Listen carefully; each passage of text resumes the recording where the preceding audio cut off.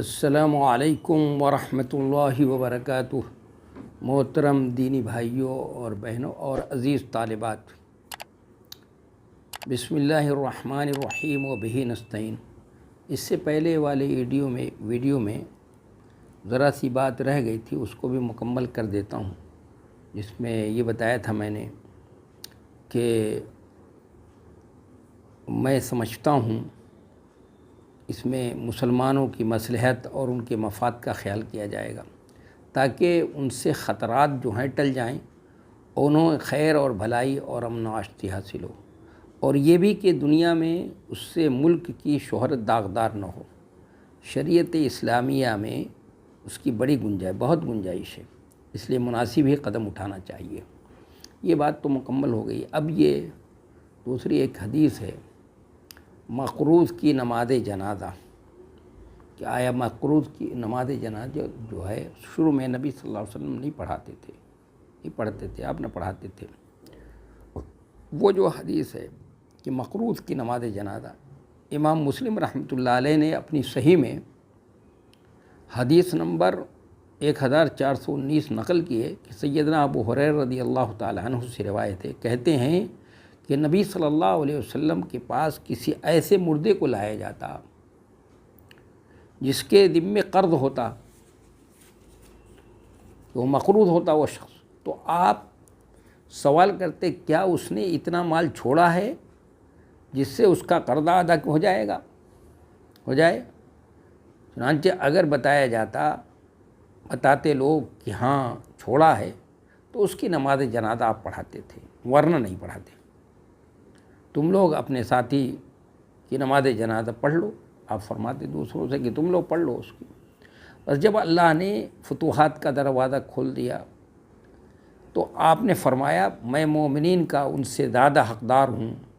چنانچہ جس شخص کا انتقال ہو اور اس کے ذمے قرضہ ہو تو میرے ذمے ہے اس کی ادائیگی، اور جو مال چھوڑے اس کے ورثہ کا ہوگا۔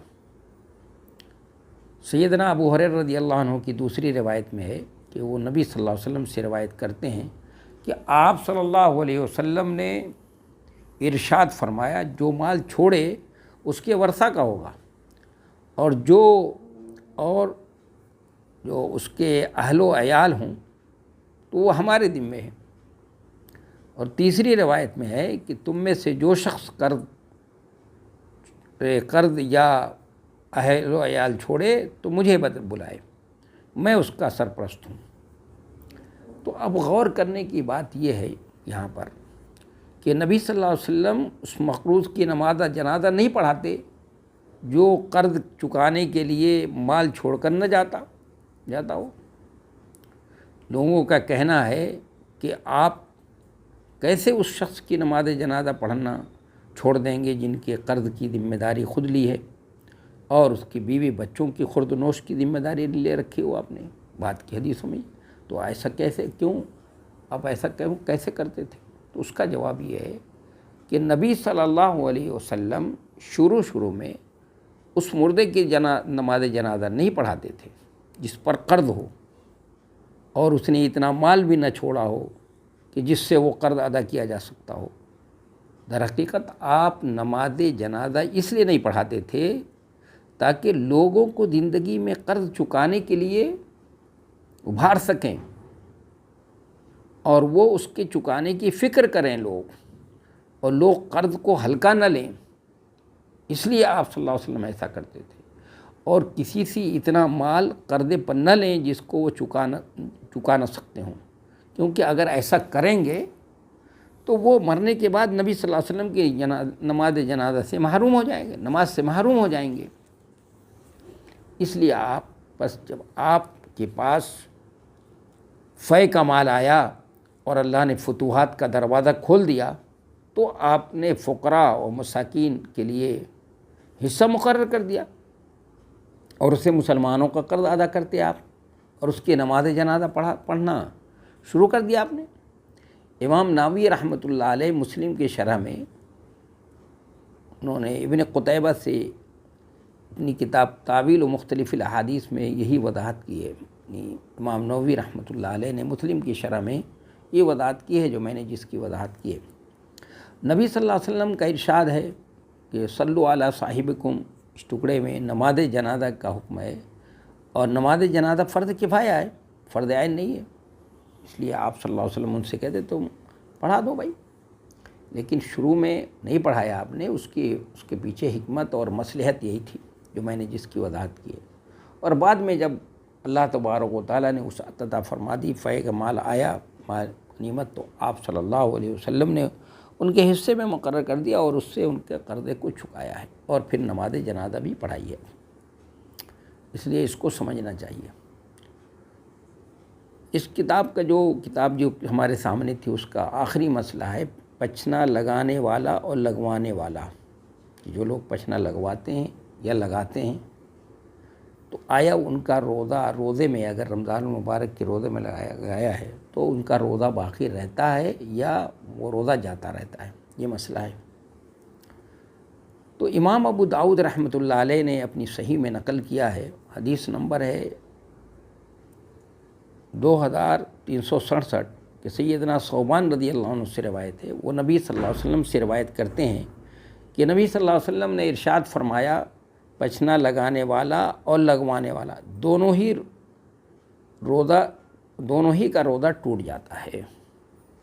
اس کو امام ترمذی رحمۃ اللہ علیہ کے علاوہ سب نے نقل کیا اس حدیث کو، اور بلوغ المرام میں حدیث نمبر 651 کہ سیدنا شداد ابن اوس سے روایت ہے، اور اس کی امام احمد اور ابن خزیمہ اور ابن حبان نے تصحیح کی ہے۔ تو ابھی اس میں حدیث میں جو قابل غور بات ہے وہ یہ ہے کہ یہ دو حدیثیں جو ہمارے سامنے ہیں، اس کے بعد وہاں آنے والی بہت سی حدیثوں سے ان کا بظاہر تعارض معلوم ہوتا ہے، اس میں بظاہر تعارض ہے جو آمنے سامنے معلوم ہوتی ہیں، اور ایسا تو نہیں ہو سکتا کہ نبی صلی اللہ علیہ وسلم کی حدیثیں کیا ہوں، آمنے سامنے ہوں۔ مثال کے طور پر سیدنا عبداللہ ابن عباس سے روایت ہے، حدیث نمبر 103 کہ نبی صلی اللہ علیہ وسلم نے پچھنا لگوایا جبکہ آپ صلی اللہ علیہ وسلم احرام کی حالت میں تھے، اور آپ صلی اللہ علیہ وسلم نے پچھنا لگوایا جبکہ آپ روزے سے تھے۔ امام بخاری نے روایت کیا ہے، بلوغ المرام میں بھی ہے 650 نمبر کی حدیث۔ جواب جو ہے اس کا یہ ہے کہ افطرس الحاجم مطلب والی حدیث بہت سی حدیثوں سے منسوخ ہے، وہ حدیث جو ہے شروع پہلی کی ہے وہ منسوخ ہے۔ چنانچہ سیدنا انس رضی اللہ عنہ سے روایت ہے، انہوں نے کہا کہ میں بھی شروع میں روزہ دار کو پچھنا لگوانے کو ناپسند کرتا تھا، اچھا نہیں سمجھتا تھا میں کہ روزہ دار جو ہے پچھنا لگوائے، کیونکہ جعفر بن ابو طالب رضی اللہ عنہ نے پچھنا لگوایا جبکہ وہ روزے سے تھے، تو رسول اللہ صلی اللہ علیہ وسلم کا ان کے پاس سے گزر ہوا تو آپ نے فرمایا ان دونوں کا روزہ جاتا رہا۔ بلا شبہ نبی صلی اللہ علیہ وسلم نے یہ اس وقت فرمایا تھا جب آپ نے دیکھا وہ دونوں تھک کر چور ہو چکے تھے، پچھنا لگوایا تو تھک کر چور ہو چکے ہیں اور نڈھال ہیں اور انہیں زندگی کا خطرہ ہے۔ اس طرح آپ نے بقی میں کہ ایک شخص کو دیکھا تھا کہ رمضان میں پچھنا لگوا رہا ہے، تو آپ نے اس وقت فرمایا تھا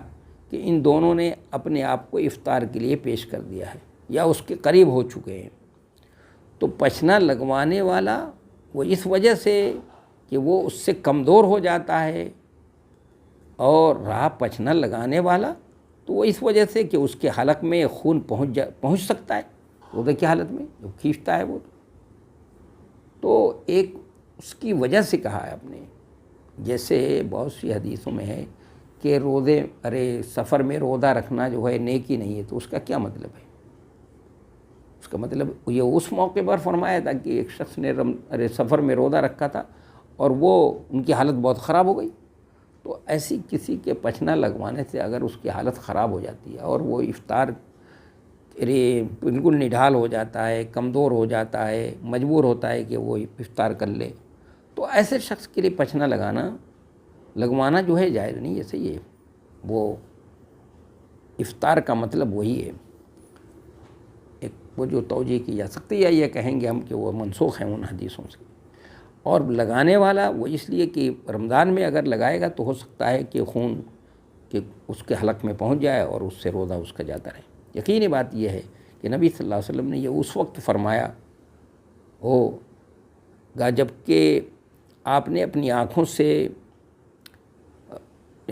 سامنے جو ہے پچھنا لگوانے اور لگانے والوں کو دیکھا ہوگا، اور یہ بھی مشاہدہ کیا ہوگا کہ انہوں نے اپنے آپ کو ایک نامناسب اور مناسب جو ہے وقت تھکا دیا ہے، اور اللہ کا کہنا ہے یہ حکم منسوخ ہو گیا ہے، اور سیدنا انس کے قول سے اس کی تائید ہوتی ہے۔ پہلے ہی بتا دیا کہ یہ حدیثیں اس طرح کی منسوخ ہیں۔ پھر نبی علیہ الصلاۃ والسلام نے روزے دار کو پچھنا لگوانے کی اجازت دے دی، اس لیے کہ لگانے اور لگوانے کی دونوں کی اجازت دی ہے۔ سیدنا انس روزے کی حالت میں پچھنا لگواتے تھے، دارقطنی نے روایت کی ہے، اور بلوغ المرام میں سیدنا عبداللہ ابن عباس کی حدیث ہے جس کو امام بخاری نے نقل کیا ہے کہ نبی صلی اللہ علیہ وسلم کی اجازت سے افطار الحاجم والمحجوم والی حدیث منسوخ ہو گئی، کیونکہ جب نبی صلی اللہ علیہ وسلم کو اطمینان ہو گیا کہ لوگوں نے منع کرنے کا مطلب سمجھ لیا ہے، اب وہ ان خطرات کو مول نہیں لینے سے بچنے لگے ہیں جس سے روزہ توڑنے کی ضرورت پڑتی ہے، تو آپ نے اس کی اجازت دے دی۔ وما توفیقی الا باللہ، میں سمجھتا ہوں کہ بات جو ہے یہاں پر واضح ہو گئی ہوگی۔ یہ شرح مشکل الاحادیث جو کتاب تھی میرے پاس شیخ ڈاکٹر رشید عبداللہ الفرحان صاحب کی، جو سابق وزیر اوقاف و شؤون الاسلامیہ ہیں کویت کے، ان کتاب کے آخری جو ہے مسئلہ یہ آخری حدیث یہی تھی۔ اب انشاءاللہ پھر کوئی دوسرا جو ہے ویڈیو دیکھا جائے گا اسی سے متعلق، ہو سکتا ہے شرح مشکل الاحادیث سے متعلق ویڈیو ہو، تو اب اس طرح کے ویڈیو سامنے آئیں گے انشاءاللہ۔ والسلام ورحمۃ اللہ وبرکاتہ۔